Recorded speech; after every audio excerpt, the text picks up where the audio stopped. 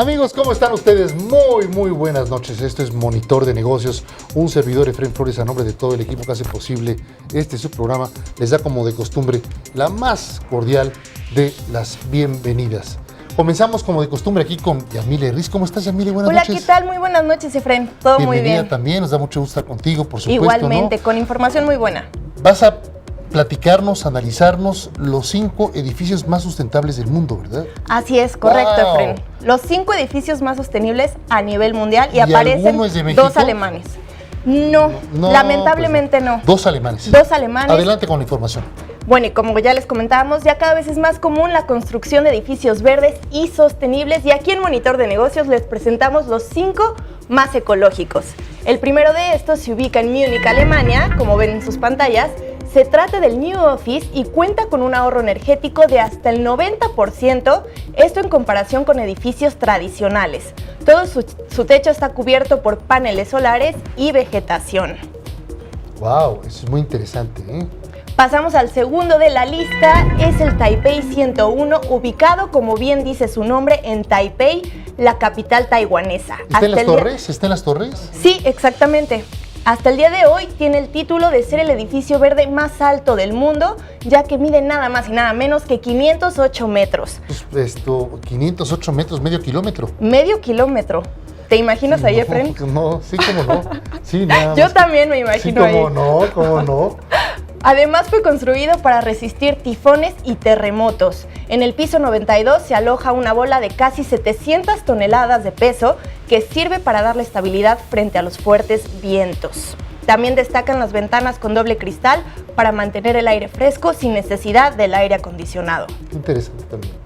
O sea, todo a través de naturaleza, o sea... Con energías renovables. Y además con vientos naturales, en fin, ¿no? Así es. Luego después sigue este que estamos viendo. En el tercer lugar se encuentra el Commerzbank. Commerzbank, sí, de Frankfurt, Alemania. Así es, la segunda alemana en Frankfurt, Alemania, el cual es el primer rascacielos ecológico a nivel mundial. Wow. Este alberga 9 jardines a diferentes alturas, así como un sistema de luz natural en todas las oficinas. Además, en su techo viven cientos de halcones en peligro de extinción. Un dato también muy interesante es que las plantas que están en los jardines dependen de la orientación de cada uno de ellos. Por ejemplo, en el lado oeste están las especies de Norteamérica y en el sur están las plantas mediterráneas. Vaya, pues con este edificio. Los alemanes se llevan las palmas, ¿verdad? Sin duda, Alemania siempre a la vanguardia en energías renovables. Y en todo lo que son tecnologías del siglo XXI. Así es. ¿No? En el cuarto lugar...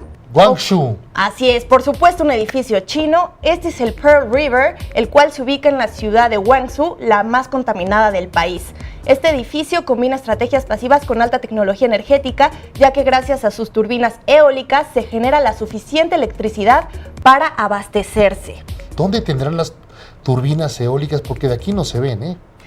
Lamentablemente la foto está muy pequeña, ¿verdad? pero están en el techo. Sí, seguramente, ahí están todas haciendo, girando. ¿verdad? It's a small world, ¿verdad? Completamente, sí. Y finalmente el Bullitt Center en Washington, Estados Unidos, el cual está cubierto en su totalidad por paneles solares, de donde se obtiene el 100% de la energía que alimenta la construcción. Que eso sí se ve desde aquí, fíjate, fácilmente, todo el techo son paneles solares. Y bueno, en México, en la delegación Azcapotzalco, se encuentra el primer edificio público 100% sustentable, del cual hablaremos con más detalles el día de mañana. ¿Qué te parece, Fred? Pero no está entre los 5, ni los 10, No. ni los 15, ni los 20, ni los 50. No.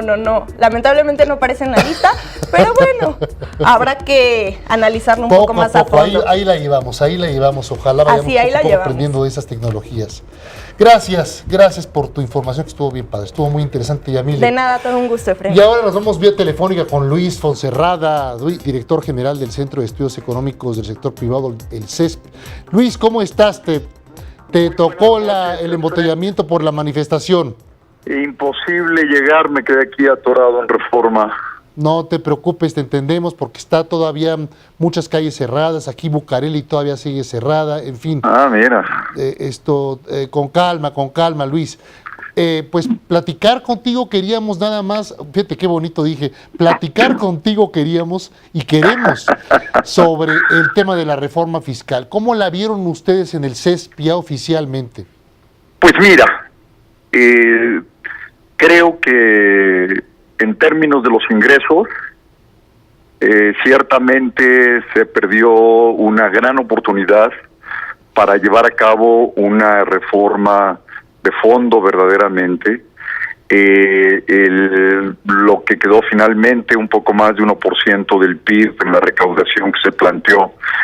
La verdad es que es una recaudación que incrementa la complejidad, que no resuelve el ayudar más a quienes más lo requieren, que en realidad va a afectar más a los que menos recursos tienen en términos de algunos de estos alimentos que van a tener un impuesto y en términos adicionalmente de los refrescos, porque desgraciadamente muchos de los grupos con más recursos pues son los que consumen alimentos con menor contenido calórico y con estos refrescos light, etcétera, que normalmente son un poco más caros. Porque es más que nada cultural, ¿no? Este tipo de estrategias. Efectivamente, es un tema de cultura, de difusión, fundamentalmente. Entonces, desgraciadamente, se va a tener verdaderamente yo le llamo una contrarreforma.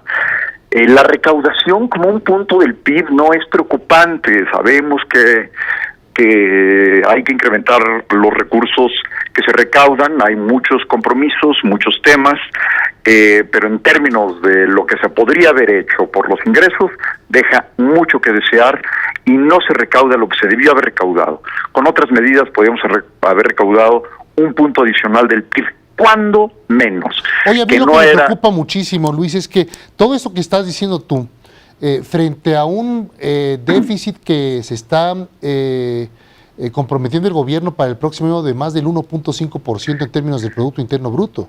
Bueno, ese es el otro tema, Efren, muy preocupante. Uno es el de los ingresos, que no fueron lo que debieran ser. El otro es el inmenso déficit que están proponiendo. No de 1.5, porque 1.5 es solo lo que se adiciona a un déficit que ya existía de 2.5. Es decir, nos están proponiendo un déficit de 4.1% del PIB. Muy fuerte, ¿no? Enorme. Mira, nada más para darnos una idea. Déficit, no hay que engañarnos, quiere decir deuda.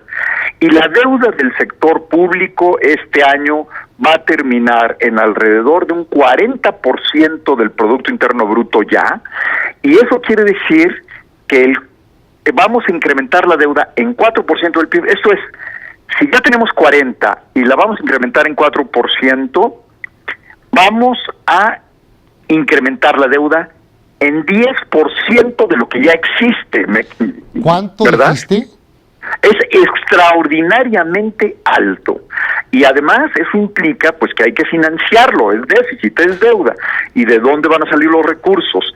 El ahorro completo del país el año próximo puede ser de unos 800,000 millones de pesos. Si creciéramos a una tasa de 4, que no parece factible, y quiere decir que entonces vamos a generar probablemente unos 600,000 millones de pesos.